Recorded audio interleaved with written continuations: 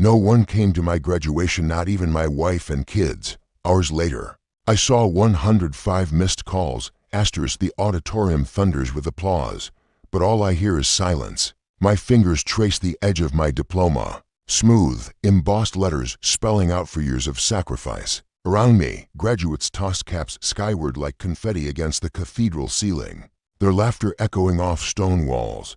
Families surge forward, arms outstretched, cameras flashing, but my row, empty. Every seat I reserved sits vacant, like missing teeth in a smile. The red velvet cushions mock me with their pristine condition, no impressions from loved ones. Who should have been here? Should have seen this moment I've dreamed about since I was 12, working 2 jobs to pay for. Night classes. Michael Harrison, the dean, had called my name 20 minutes ago. I'd walked across that stage alone, shook hands with strangers, smiled for photos no one will ever see. The weight of my achievement feels hollow now, like holding fool's gold. I scan the crowd one more time, desperate. Maybe they're running late. Maybe traffic. Excuse me.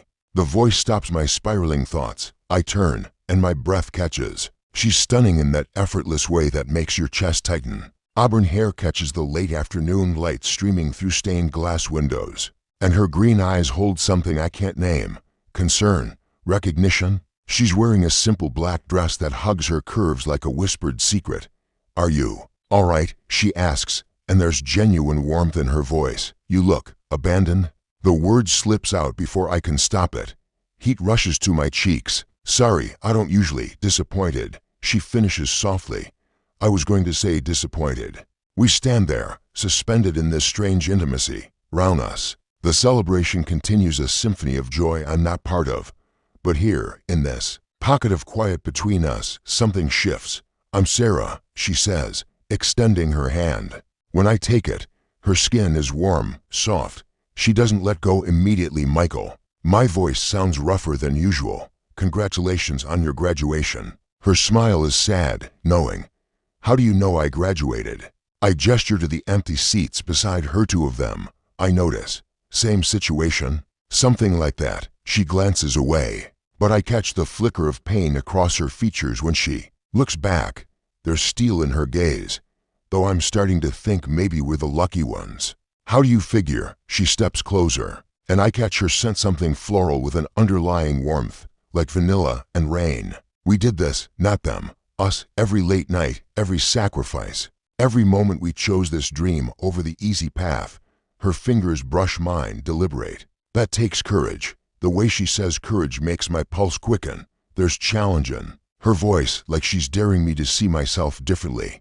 You don't know what you're talking about, I say, but there's no bite to it. My wife, my kids, they knew how important this was. Then where are they? The question hangs between us like a held breath.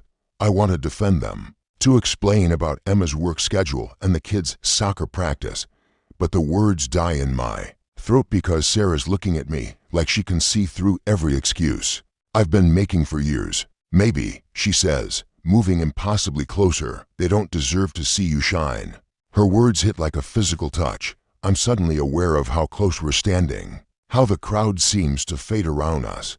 Her eyes search mine, and I feel exposed. Seen in a way that's both terrifying and exhilarating. I should go, I whisper, but I don't move. Should you? Her voice drops to something almost intimate. Or should you stay and let someone celebrate with you the way you deserve? Before I can answer, she reaches up and straightens my graduation cap, her fingers grazing my temple. The touch is electric, innocent yet charged with promise.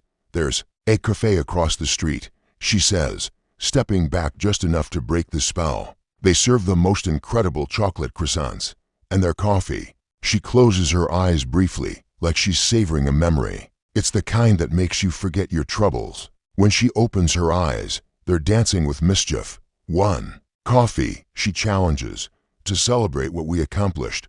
What do you say, Michael Harrison? My phone buzzes in my pocket, probably Emma, probably an excuse, but I don't reach for it. Instead, I find myself nodding, drawn by this woman's magnetic confidence and the promise of feeling valued, even if just for an hour.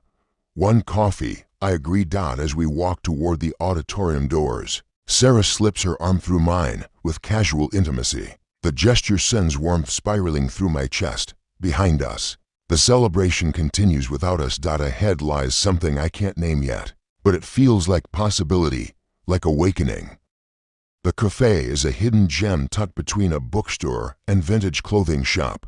Exposed brick walls, mismatched furniture, and the rich aroma of roasted beans create an atmosphere of intimate warmth. Sarah chooses a corner table where afternoon light pools like honey across weathered wood, to chocolate croissants and your strongest coffee. She tells the barista with easy confidence. Then to me, trust me, the way she says it sends a shiver down my spine. Like she's asking about more than pastry. I'm married, I say as we settle into worn leather chairs that sit closer together than necessary. I know. She doesn't look away. You mentioned your wife and kids. The tan line on your ring finger is pretty obvious too. My hand automatically moves to cover the pale band of skin where my wedding ring usually sits. I'd taken it off before the ceremony, something about wanting this achievement to be purely mine. Now the absence feels heavier than the ring ever did. Then why? Because, she interrupts, leaning forward until I catch that vanilla rain scent again. Everyone deserves to be celebrated, and because you intrigue me, Michael Harrison. The way she says my name is like tasting wine, slow, deliberate, savoring each syllable. Heat rises in my chest. You don't know anything about me, don't I? Her green eyes sparkle with challenge. You're 34, maybe 35. You work in tech, something analytical, probably programming or systems design. You've been taking night classes for years while supporting a family. She pauses as the barista delivers our order, her fingers brushing mine as she slides the coffee toward me. You're detail-oriented, which means you probably reminded everyone about today multiple times. You're also proud to call and ask where they are, even though it's killing you inside. Each observation hits like a gentle slap. I take a sip of coffee to buy time, and she's right, it's extraordinary. Rich and complex with notes I can't identify. Lucky guesses, I manage. Am I wrong? She breaks off a piece of croissant, and I'm transfixed watching her lips close around the pastry. About any of it? I shake my head slowly, unsettled by her accuracy. I'm good at reading people, she continues. It's what I do, which is, I'm a marriage counselor. The irony isn't lost on either of us. Her smile turns wicked. Specializing in couples who've grown apart, the air between us shifts, becomes charged with implication. I should leave, should go home to Emma and the kids, pretend this conversation never happened. Instead, I find myself leaning closer. And what do you see when you read us? Right now, dangerous territory, she murmurs, but her eyes don't leave mine. To people who've forgotten what it feels like to be truly seen. Her hand moves across the table, stops just short of touching mine. The space between our fingers hums with possibility. My husband left this morning, she says quietly. Divorce papers on the kitchen counter. Apparently, I'm too intense, too demanding. She laughs, but there's no humor in it. 20 years of marriage, and I'm just now learning he never really knew me at all. Sarah. The truth is, Michael, I came to that graduation alone because I graduated alone. Earned my doctorate while he watched football and complained about takeout for dinner. Her voice drops to almost a whisper. But sitting in that auditorium, watching you skin those empty seats with such hope, I recognized something. What? The look of someone who gives everything and gets scraps in return. The words hit like a confession. I think of Emma's distracted kisses, the kids' rolled eyes when I try to share my excitement about school, the slow erosion of feeling valued, wanted, seen. You're playing with fire, I say, but my voice lacks conviction. Maybe. She finally closes the distance, her fingertips grazing my knuckles. The touch sends electricity up my arm, or maybe fire is what we need to feel alive again. My phone buzzes insistently. Then again, I glance at it reflexively and freeze. 7 missed calls, all from Emma. Popular man, Sarah observes, but something in her tone has changed, sharpened. She never calls during the day. I'm already reaching for the phone when it rings again. Emma's photo fills the screen, an old one from our anniversary 3 years ago, back when she used to look at me like Sarah is looking at me now. Answer it, Sarah says, but she doesn't move her hand away from mine. I decline the call. The gesture feels rebellious, intoxicating. She can wait, I say, surprising myself for once. Someone else can wait. Sarah's smile is pure satisfaction. Good choice. She lifts her coffee cup in a mock toast to putting ourselves first. As our cups clink together, my phone starts buzzing again. This time, it doesn't stop. My phone won't stop. Call after call, buzz after relentless buzz against the wooden table. Emma. Emma, unknown number, Emma again. The vibration creates ripples in my coffee. Tiny circles expanding and disappearing like my resolve. She's persistent. Sarah observes, but her thumb is tracing patterns on my wrist now.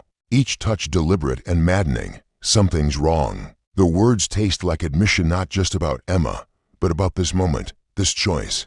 This woman whose touch is rewiring my nervous system. Is it though? Sarah's voice is honey over broken glass. Or is something finally right? Before I can answer, she stands and extends her hand.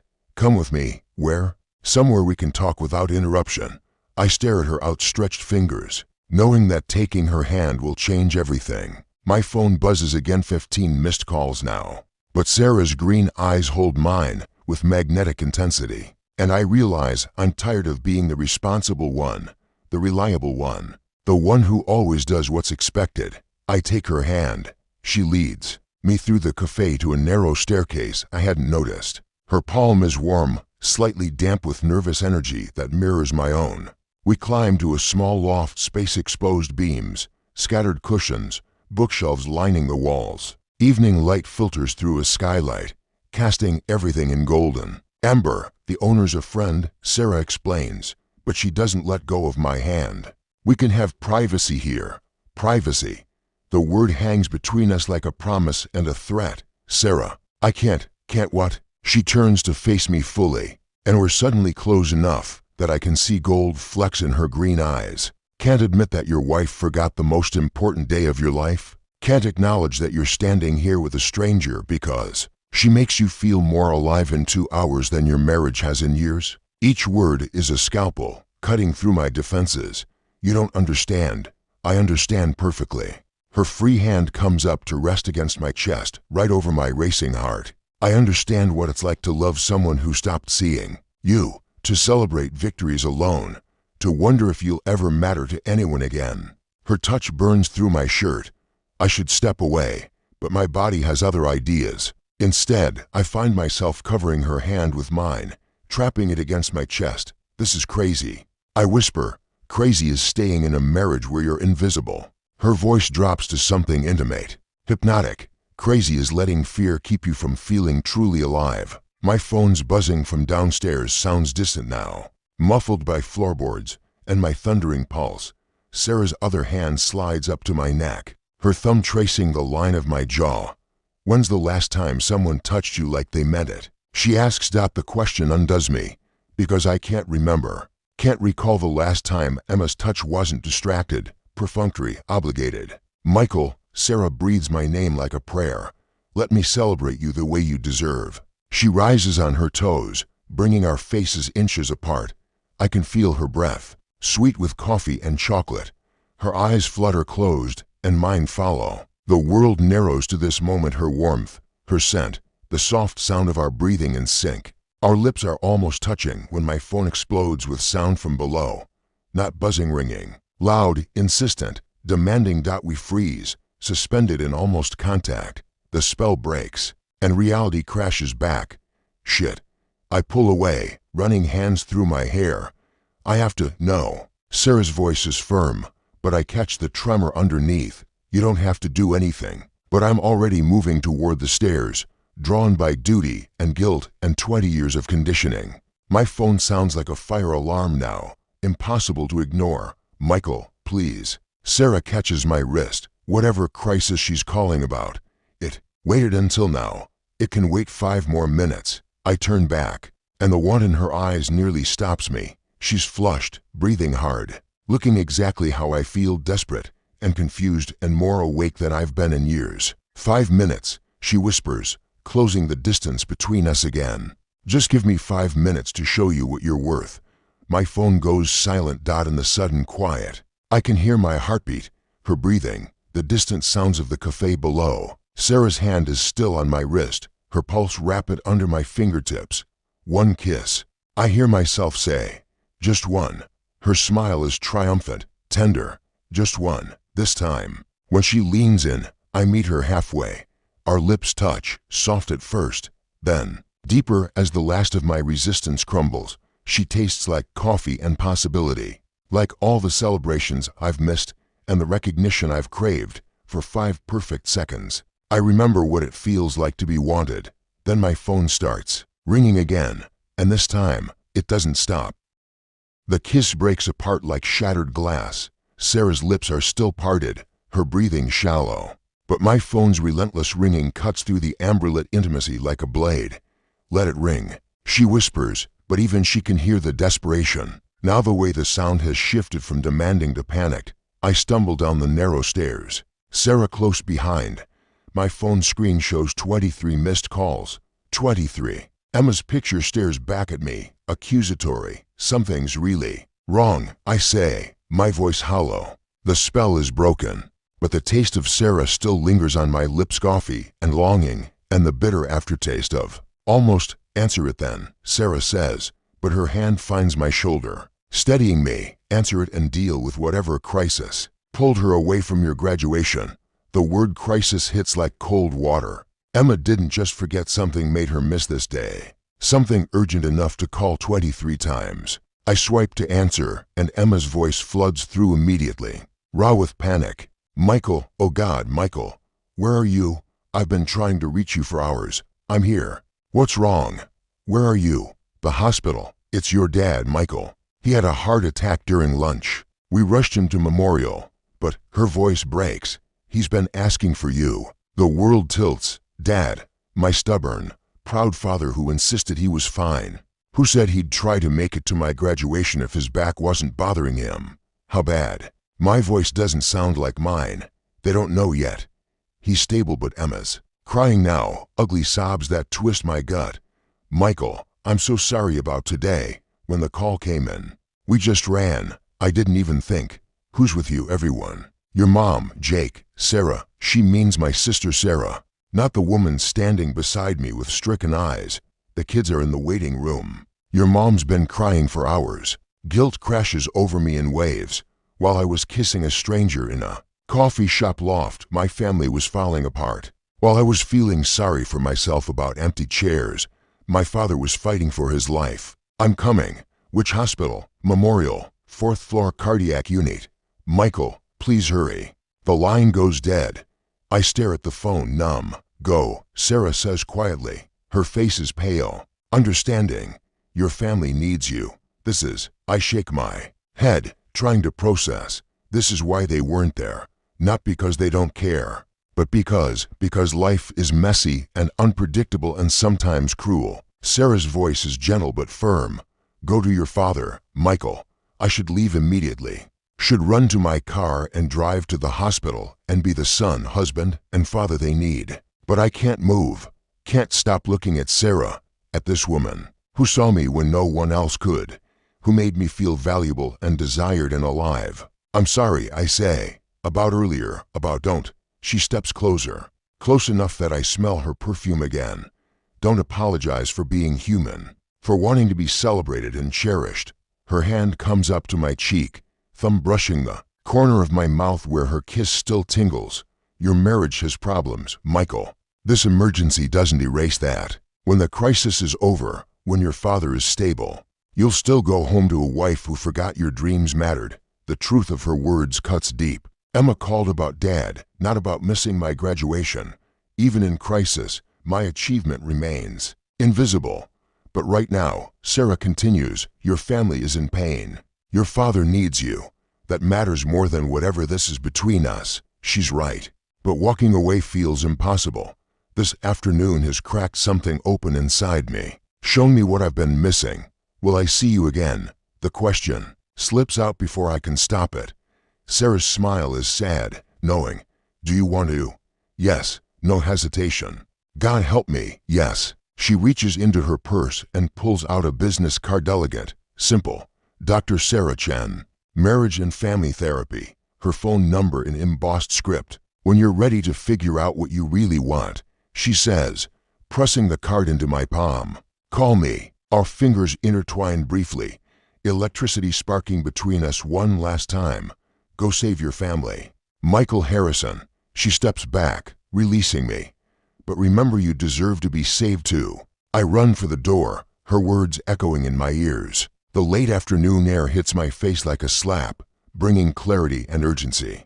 My car is 3 blocks away, the hospital 20 minutes in good traffic. As I sprint down the sidewalk, Sarah's business card clutched in my fist, one thought pounds through my mind with each footfall. Everything has changed. Nothing will ever be the same.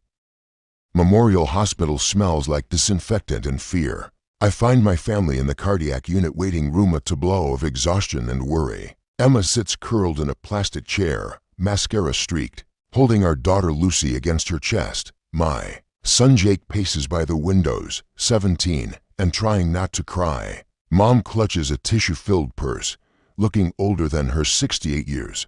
They all turn when I enter, relief flooding their faces. Michael, Emma rises, Lucy still in her arms, and I see her clearly for the first time in months. Really see her, the gray threads in her brown hair, the lines around her eyes, the way she's held our family together while I chase degrees and dreams. How is he? I ask, but I'm moving toward them already, muscle memory taking over. Stable.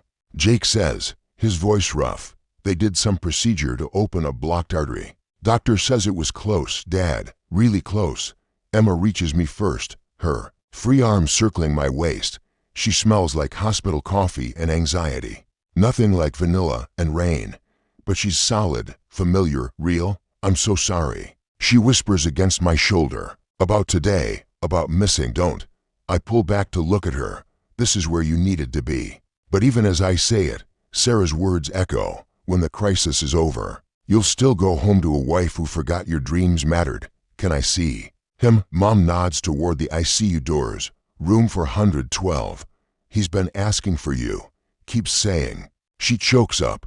Keeps saying he should have been there today. The guilt hits fresh. Dad wanted to come. Despite his bad back, his stubborn pride, he wanted to celebrate with me. I find him connected to machines that beep and whir, monitoring every heartbeat. His face is gray against white pillows, but his eyes brighten when he sees me. There he is, Dad says, voice hoarse, my college boy. Dad. I take his hand, careful of the 4. How are you feeling? Like I got hit by a truck. He manages a weak smile. But I'm here. We're both here. I'm sorry I wasn't. Stop. His grip strengthens slightly. I heard you answered your phone during some fancy coffee date. His eyes twinkle with familiar mischief. Your mother's been gossiping with Emma. Heat flushes my cheeks. They know about Sarah. How much do they know? Don't look so panicked. Dad chuckles, then winces. Emma mentioned you were celebrating with someone when she called. Good for you. Man shouldn't celebrate alone. He doesn't know. Doesn't understand what almost happened in that loft. Dad, I need to tell you something. What's that? I finished. The degree, the program, all of it. I actually did it. His eyes fill with tears. Damn right you did. 42 years old and still chasing dreams. Takes courage, son. Courage. Sarah used that same word. But sitting here, holding my father's fragile hand, it feels more like selfishness. Your mother kept all your report cards, Dad continues, from kindergarten through today. She's so proud she can't stop talking about her son, the college graduate. The words hit like gentle hammers. They did care. They do care. The empty chairs weren't about indifference, they were about life happening. Priorities shifting in crisis. Love expressing itself through presence in emergencies rather than ceremonies. But Sarah was right about something else too. The problems in my marriage don't disappear because of Dad's heart attack. I spend 2 hours at his bedside, talking about everything and nothing. He falls asleep mid-sentence, hands still holding mine. Outside his room, I find Emma in the hallway, exhausted. The kids are finally sleeping in the family room. She says, your mother too. We stand in awkward silence, surrounded by the constant hum of hospital life. Emma. I pull Sarah's business card from my pocket, creased now from clutching it. We need to talk, really talk. She looks at the card, reads it. Her expression shifts from confusion to understanding to something that might be relief. "You met someone today," she says. Not a question. Nothing happened. The lie tastes bitter, but something almost did. She nods slowly. "I've felt it too. The distance, the way she gestures helplessly. We're like roommates who happen to share kids. When did we stop seeing each other?" "I don't know." Her voice breaks slightly. "Somewhere between paying mortgages and raising children and you going back to school. We stopped looking up from our separate lives." I study her face, really look at her for the first time in months. She's beautiful still, but tired, worn thin by years of holding everything together while I chased my dreams. "The counselor," I say, holding up Sarah's card. "She said everyone deserves to be celebrated, to be seen." She's right. Emma's smile is sad but genuine. "You do deserve that. We both do." "Can we try," I ask, "to find our way back?" Emma takes the card from my fingers, studies it. "Dr. Sarah Chen, good reviews online. Despite everything," I laugh. "I have no idea." "Well," Emma says, tucking the card into her purse, "I guess we're about to find out." Through the window, dawn breaks over the city. Dad is stable. Our marriage isn't fixed, but maybe it's not broken beyond repair either. And somewhere across town, Sarah Chen is probably sleeping, unaware that she's about to help save a family she almost helped destroy. Some celebrations come later than expected. Some are worth waiting for.